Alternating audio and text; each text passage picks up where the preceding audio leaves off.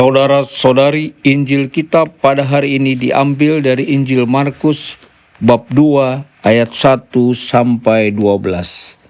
Selang beberapa hari sesudah Yesus datang ke Kapernaum, tersiarlah kabar bahwa ia ada di rumah. Maka datanglah orang-orang berkerumun sehingga tidak ada lagi tempat, bahkan di muka pintu pun tidak. Sementara Yesus memberitakan sabda kepada mereka, beberapa orang datang membawa kepadanya seorang lumpuh, digotong oleh 4 orang. Tetapi mereka tidak dapat membawanya ke hadapan Yesus karena orang banyak itu. Maka mereka membuka atap yang di atas Yesus. Sesudah atap terbuka, mereka menurunkan tilam tempat orang lumpuh itu terbaring. Melihat iman mereka, berkatalah Yesus kepada orang lumpuh itu, "Hai anakku, dosamu sudah diampuni." Tetapi di situ duduk juga beberapa ahli Taurat. Mereka berpikir dalam hati, mengapa orang ini berkata begitu? Ia menghujat Allah. Siapa yang dapat mengampuni dosa selain Allah sendiri? Tetapi Yesus langsung tahu dalam hatinya bahwa mereka berpikir demikian. Maka ia berkata kepada mereka, "Mengapa kamu berpikir begitu dalam hatimu? Manakah lebih mudah mengatakan kepada orang lumpuh itu, dosamu sudah diampuni, atau mengatakan, bangunlah, angkatlah tilammu dan berjalanlah? Tetapi supaya kamu tahu bahwa di dunia ini anak manusia berkuasa mengampuni dosa."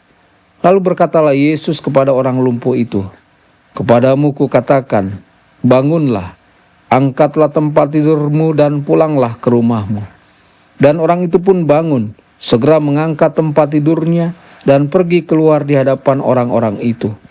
Mereka semua takjub lalu memuliakan Allah, katanya, "Yang seperti ini belum pernah kita lihat." Demikianlah sabda Tuhan.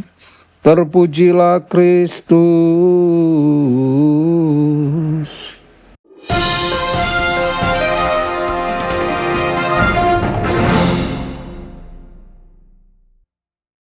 Dalam nama Bapa dan Putra dan Roh Kudus. Amin.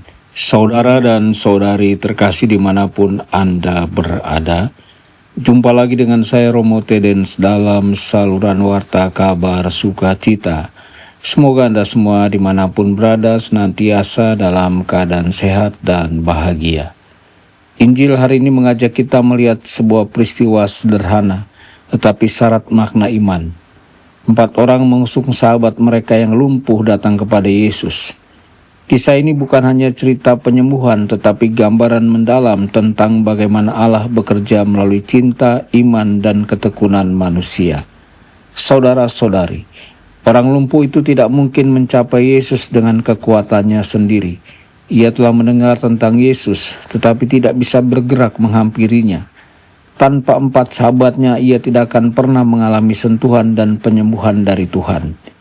Demikian pula kita. Ada saat di mana kita begitu lemah, begitu letih, begitu terjatuh dalam dosa atau masalah, sehingga kita tidak sanggup datang kepada Tuhan. Kita membutuhkan keluarga, sahabat, atau komunitas yang menuntun kita kembali. Dalam diri orang lumpuh itu kita melihat diri kita sendiri, dan dalam diri keempat sahabatnya kita melihat panggilan kita sebagai murid, yakni membawa orang lain kepada Yesus. Saudara-saudari terkasih, siapakah yang hari ini perlu kita bawa kepada Tuhan? Seseorang yang jauh dari gereja, seorang anak muda yang kehilangan arah, seorang yang putus asa yang tidak mampu berdoa lagi. Mungkin Yesus ingin menjumpai mereka melalui kita. Saudara-saudari, keempat sahabat itu mengajarkan kita arti kasih sejati. Mereka tidak berhenti pada rasa lelah, tidak terhalang oleh kerumunan, tidak mundur meskipun pintu tertutup. Mereka naik ke atap dan menurunkan sahabat mereka langsung ke hadapan Yesus. Kasih sejati kreatif, tekun, dan tidak mengenal batas. Kasih sejati mencari jalan. Kasih sejati tidak berkata, "Sudahlah, susah sekali." Berapa banyak dari kita mudah menyerah ketika mengajak orang kembali ke gereja, ketika mengajak OMK ke misa, ketika mengajak keluarga untuk berdoa bersama. 4 sahabat itu mengingatkan kita, jika kita sungguh mengasihi, kita bertahan. Yesus sebenarnya bisa saja pergi sendiri menemukan orang lumpuh itu, tetapi ia memilih untuk bekerja melalui tangan manusia. Allah mau menyelamatkan banyak orang, tetapi Ia ingin melakukannya melalui kita. Keempat sahabat itu menjadi alat kasih Allah. Tanpa mereka, mungkin penyembuhan itu tidak terjadi. Dan begitulah Yesus bekerja sampai hari ini. Ia membutuhkan tangan kita untuk mengangkat. Ia membutuhkan kaki kita untuk mendekati. Ia membutuhkan hati kita untuk mengasihi. Ia membutuhkan mulut kita untuk mengajak. Dan Ia membutuhkan hidup kita untuk memberi teladan. Siapa yang Tuhan ingin temui melalui diri kita? Yesus ingin menjumpai mereka, tetapi Ia ingin menggunakan kita sebagai jalannya.